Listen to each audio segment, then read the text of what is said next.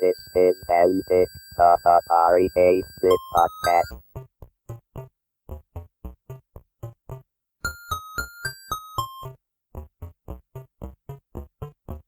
She found these two programmers who only came out at night and were barefoot all the time. And they didn't take showers, they didn't take baths, they didn't do anything except sit in their nest. This is an interview episode of Antic, the Atari 8-bit podcast. I'm Kevin Savitz. Sandy Dwiggins wrote the manuals for AtariLab, both the light and temperature modules, while she was an adjunct professor at Dickinson College, teaching film studies. She worked closely with Priscilla Laws, whom I previously interviewed. This interview took place October 14th, 2015.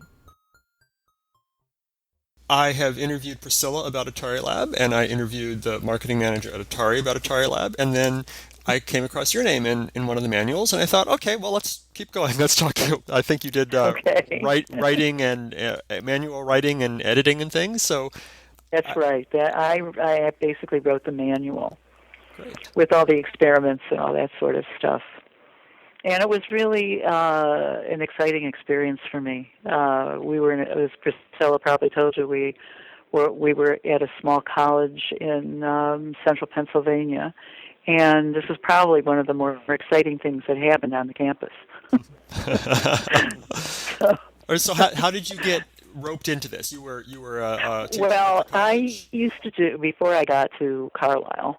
I had been an editor, a journal editor at the American Medical Association when I was living in Chicago, and then I went on to do children's books, namely a science encyclopedia for children, and things like that. I had started out in physics when I was a freshman in college, so I was the only person, I would say, in that whole area that had any experience doing science and children's lit. So I was a natural for that. And because at that time, I think it was, I can't remember, 1980, 79, 80, this whole thing was just getting started. And I had been a librarian. And so I'd had some experience with a very large computer system called OCLC that's still in existence, and it links all the libraries around the world actually together. And at that time, it was just beginning. So I had all of the qualifications to be able to, one, interpret the science that I was hearing and actually put together a book. So that's why I got it. And it was a small college, so we all knew everybody. Sure. So was it like Priscilla just walked up to you one day and said, "Hey, I'm doing this project. I need a writer." Yeah, basically, yeah. Yeah. Basically, it was something like that. Yeah. So, and what I did, it was we went through a couple of iterations about the person, the image that we wanted to project. In the book, in the manual. And in the manual, we actually have like a dinosaur type person, which was sexless, basically, doing the experiments or it was drawn by a very good artist in Carlisle, and that was what we came up with. That would be not a boy, not a girl, but somebody friendly. And so we have this little friendly dinosaur who appeared and did various experiments, in addition to what was written in the manual. You could see the dinosaur doing things in the lab. So it was pretty fun. Why is this dinosaur so interested in science? Well, it was, we didn't know, but we thought it was sort of like amorphous enough so that it would be okay. Right. I think if anybody had picked up this software, they would be interested in science. And we just, we just needed somebody that wasn't, particularly because Priscilla was one of the few women in physics. There aren't that many women who are doing physics, especially doing something like this, where they're really interested in 8-bit, Atari computers, right? I mean, it just wasn't. There weren't that many people around who were women, and in her case, she really wanted it not to be a character that could be read as male or female, right? It was really a choice, it sounds like, to not dissuade girls from being interested in science? Exactly. That was the point. Yeah. Awesome. I mean, of course, being a woman in physics at that time in the early 80s, it was totally discouraged for women to be in physics or math or whatever. So Sure. this was the choice. Yeah. Nice. Yeah. So writing the manual. Tell me, how did you do it? I mean, what was Here's what the I process? did. Yeah. The process was that Priscilla would decide on the experiments that she was going to use, right? And so I would I would interview various people who were scientists who would tell me what the physics of the thing, was supposed to be in their own language, right? And then I would interview them, and then I would go back and translate that into children's speak, kind of 8th grade or lower, probably 3rd grade, 4th grade, in that genre, in that area, language, so that they could do and understand what they were looking at. So it was like a interview, and then write the piece, and then have it looked at again by the scientists to make sure that I had put it together in the way that they had explained. So that was the way it worked. Nice. And did you write the manuals for both? There were two. There was all of them. the light one and the temperature one. You did it all. Yeah, I did it all. Yeah, and this was a whole new thing back then. The person who was the company who was publishing the manual for us had just converted to computer-based type, type thing, and that was all of that was so new, and so I had to actually physically on the mainframe computer put in the original. I actually coded everything that went into the manual in I'd say early stage HTML. So it's just kind of a markup language to describe. It's a markup language. That's it. That's right. I forgot the term. A markup language that the computers at the printer understood. Wow. So it was all done on the mainframe because there was nothing. There was no WordPerfect. Right. Yeah. That was, this was like it was pretty cool because it was so far. It was so much in the dark ages of computerism that there were no desktop computers back then, or very few. Right. So this was why Priscilla, was working on the Atari, because she thought that was the best software that could be used for scientific experiments. Nothing else was accurate, she felt, as the Atari. So do you remember any problems or issues as you went through? I don't know, maybe the writing was on too high a level, or you didn't understand the experiments? No, that was fine. Everything worked very smoothly, pretty much, with that. And we had done, there were all different kinds of things that were involved. I kept asking her to switch from Atari to IBM. Okay, this interview's over, Sandy. We're done. Huh? I said this interview's over. We're done. This is an Atari podcast. The reason, it was a marketing thing for me, right? My thing was, I didn't think, I just had, for some reason in my brain, I thought that Atari was never going to make the go of this as a software package. That was my feeling. Yeah, you were right. I was right. Yeah, that's right. And I thought, I said, maybe IBM isn't the right computer, isn't the best. I said, but if you want this to really go, I was suggesting to her that we should try something other than a game computer, Yeah. But she was like adamant, that was it. I'm going to use the Atari because it's the best it's the best. It's got the best measurement possibilities. That was what she was more concerned about, the experiments coming out correctly, than she was about the market for this kind of thing. Yeah. So, yeah. So that was basically. We had done some. The thing that was so interesting to me was being involved in something like this, because it was unbelievable. For a very short time, little me was a jet setter between Carlisle, Pennsylvania, and San Jose, California. You know, and it was like, what an experience, because the guy who was the comptroller for Dickinson was the one who was dealing with this whole thing, and on the first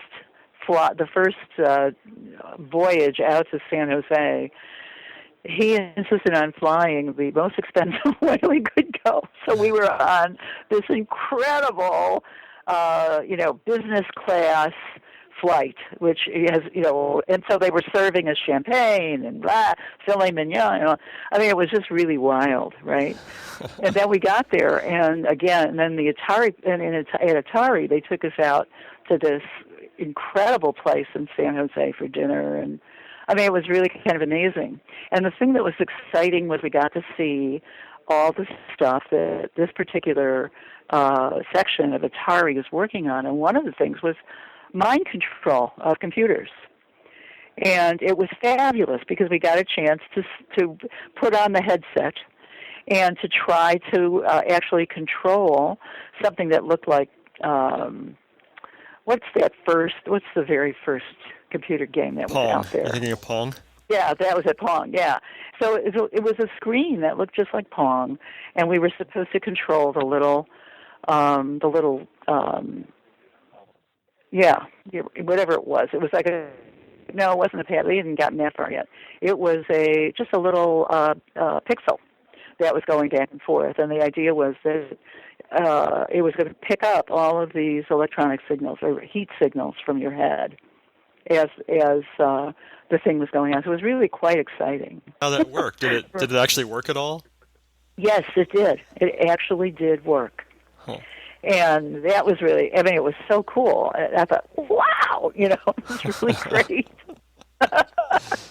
So we had a lot of, for me, I was so naive about all of this stuff back then that it was incredibly exciting, to do all of this and to be involved in this kind of thing. And as the project progressed, we were going back and forth a lot. I felt like I was like, my God, I'm doing this thing that everybody talks about. We talk about product development, and I was like, yay, wow, yeah. It's really exciting. But anyway, and probably the most, I have no idea whether Priscilla mentioned anything about this, but when we debuted the whole thing, she probably told you this. There were so few of us involved in the project that we all went everywhere. It wasn't a real like higher, lower echelon. We all went everywhere with this project. And when the whole thing was ready to go, Priscilla probably told you, Alan Alda had made 2 or 3 commercials for this, because it was supposed to be. It was supposed to be an item that was going to go out right before Christmas. And Alan Alda took that, looked at this and said, hey, this is really great. And it was not a sexist thing, because there's no girls. It was not a big thing. And he said, I'll do that. So that's why he agreed. And I thought that was, it was kind of amazing. But in any case, we had a big press conference in New York at the introduction of this product, and it was like, here's this little person, me, going. We're in the executive lunch place, the executive dining room at the top of Time, all this business. And it was amazing. It was that was really quite amazing. But the most amazing thing was that some guy, after the lunch, this guy came, it has nothing to do with the computers, this guy came up to me and he said, I'm available to you for anything you might want for your stay in New York with Time Warner. And I said, and I looked at him and I thought, oh shit. No, excuse me. I said, this is a guy who's going to, what am I supposed to say? I thought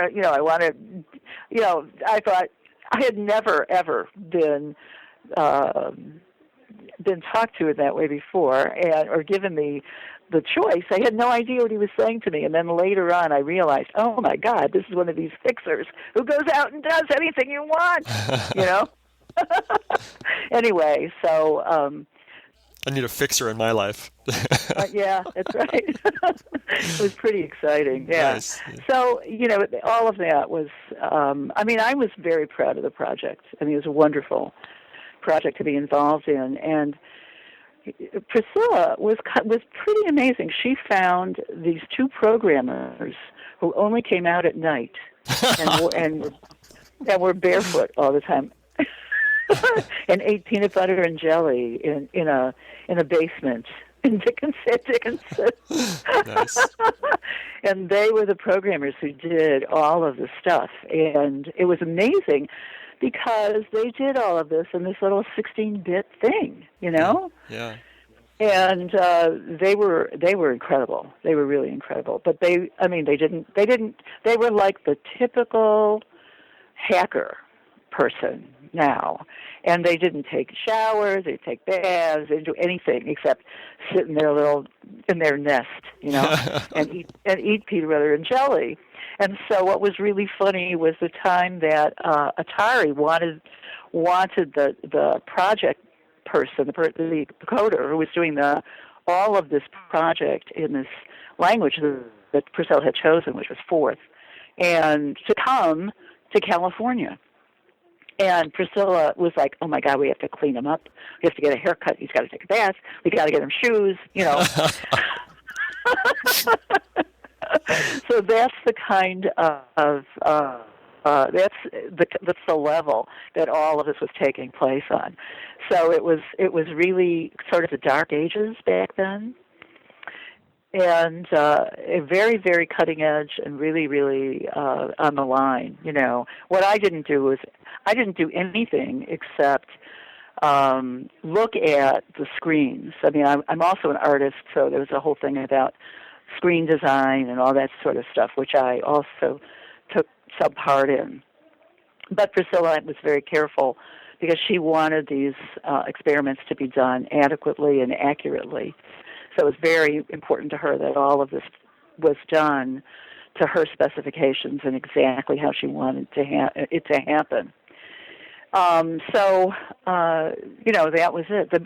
The most interesting thing and unfortunate thing was that Atari went belly up the day we got the announcement the morning after we had returned from New York, after we had our major press conference. And it was like craziness. And all the people at Dickinson had invested a lot of money in producing this. And so we were left with this bundle of what are we going to do with this now? Because Atari had let go all of the people that were working with the education division. That's what this was. They had stopped. They had said, education division wasn't worth continuing. So Priscilla then went to, I think we started with Commodore. I think we went to Commodore, and then we went, or Apple. We had tried with all of these to transfer all of the information that we had written, all the writing information and all the program information had to be switched over to these other formats. And we tried, and it didn't work. Nobody really got off the ground with that, even though we had gone through a lot of effort to make that happen. I mean, we were stuck with basically this huge amount of AtariLabs, and nobody knew what to do with them. There was nobody. There wasn't anything. All of this stuff was wonderful. Everything had been everything. You couldn't have done it any better than the way we've done it. That's how I feel. And but unfortunately, we were stuck with these boxes and these all of those things were just like piled up in some warehouse. And I felt really bad too, because there was a guy who was a product person who had been working for a very established company for years, and he was lured into working with us almost right before this whole thing went crash. So I felt really bad because I was the one who had brought him over, so to speak, and I think, well, anyway, it was really it was quite sad, actually. Anyway, well, it was tried. We went even to Taiwan. I don't know what, and I had to redo, of course, all of the manuals so that they would coincide with the Commodore version and the Apple version, that sort of thing. Yeah, right. Yeah, so I had to redo it so that it would go with all of their machines, right? Right. And and then we just realized there was nobody who was going to take a chance on this, and then I moved away. I went down to Washington D.C. to take a job there after my divorce, my split from my husband. So it was really it was kind of sad, I think, and I think they went off and tried to become a company on their own, but they didn't. They couldn't. And what finally happened was that all of the AtariLabs were given to a remainder supplier, a person who bought up failed projects of all different sorts. And I was in graduate school by then, and I was doing, I forgot what I was doing, research for people, actually quite cutting edge research. Actually, we were right at the beginning of the at the web and all this business that was going on at the University of Maryland. They were one of the first library schools that had gotten into information and database design and all of that sort of thing. And that's what I was doing. And I got this, one of my professors had gotten a catalog from this company that does these remainder things. And sure enough, right there was the ad for the AtariLab. And it was something like $10. and it was originally $90, it was something like that. And here it was, here's the end of the whole end of the project was in the remainder section of everything, It was wild. It was, and so what my prof was teaching at the time was software development or educational software development. And so she had me come in every semester to her class and show what the project was and all this stuff. And then my final thing was to go in and say, and here's where we end up. Yeah. In the remainder section. In the bargain basement bin, yeah. That's it, yeah. But, it was one of those times where people, you just never knew because everybody was trying new things. And it was really it was a sort of little kaleidoscope thing that happens in your life, and then it goes black. Anyway. Nice. So anything else that I can tell you? I don't think so. Is there anything I should have asked that I didn't? I don't think so. I think in terms of what I did, No, I don't think that's. I don't think there's anything you can ask. Yeah. What do you do? What do you do today? Well, I'm retired today, but I worked for 18 years at the National Cancer Institute, and I was doing. I was working again. I was working on a brand new cutting edge project for a database that was being produced by the Cancer Institute that was supposed to disseminate the most current technical cancer information that was available to everybody. And so, again, it was very much the same kind of thing that I was doing when I did this stuff at Dickinson, of looking at screens and being a kind of a project, like I don't know what you'd call me. It was a very ephemeral kind of situation because we were all working on this. And I wound up doing very much the same thing, and that was that we were going to, instead of in addition to the medical information that was going out that was at the doctor's level, they were going to add a whole section to the database that was going to be patient information. So that was my job. And that was what I started to do. I started to reinvent to rename, to reword all of the doctor information into patient information. So sort of not dumb it down, but make it more understandable in layman's terms for people. Yeah, very much the same thing as I was doing when I worked with Priscilla. Very, very similar. But because I had gone through grad school and had done a lot of research, I actually did do a huge amount of qualitative research on that project to make sure that it went through. So it was it's like all my life has been dealt with scientific information and translating that into the public domain. And I was there at the end of my tenure in that job. I was doing actually the same thing for alternative medicine. By that time we had really become a big net presence, and they had decided at the Cancer Institute to start looking at alternative medicine treatments for cancer.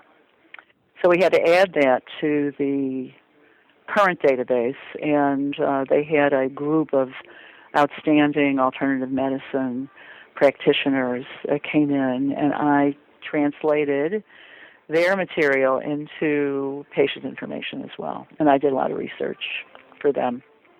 So that's what I wound up doing. Nice. Cool. It's kind of funny, I never thought I was ever going to do this. I started out in physics, and I was an English major. That's what I graduated in, and I thought I was going to be a book editor for the rest of my life. But anyway, interesting. And what finally happened is we morphed into a huge section of the Cancer Institute was on the information and I wound up at the end doing statistics for the web page. Again, this was all very beginning, and everything I've done has been very beginning. So let's see, how are we going to do this? What are we going to do? How are we going to collect the information? All of that. So it was interesting. It wasn't a dull job at all. Anyway, so that's what I'm doing. That's what I was doing before. And now I've become a full-time artist, which is what I wanted to do anyway, all my life. Nice. Awesome. Yeah, nice. And I think it's wonderful that you've looked this thing up. I think it's really exciting that there are people trying to put together the history of computers in life. What happened, how this went, and I know it's such an ephemeral thing, that you the computer history is just the same as any other kind of history. So I think this is wonderful, and I appreciate the chance to talk about this. So thanks, Kevin. Thank you. Thank you so much. Appreciate it. Thank you. Bye-bye. Right.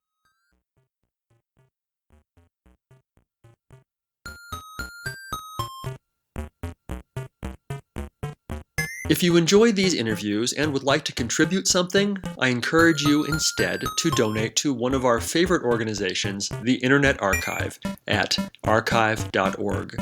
The Internet Archive is a nonprofit digital library with the stated mission of universal access to all knowledge.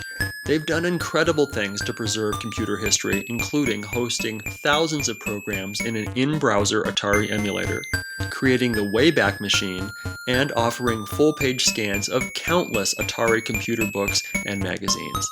Make your tax-deductible contribution at archive.org/donate.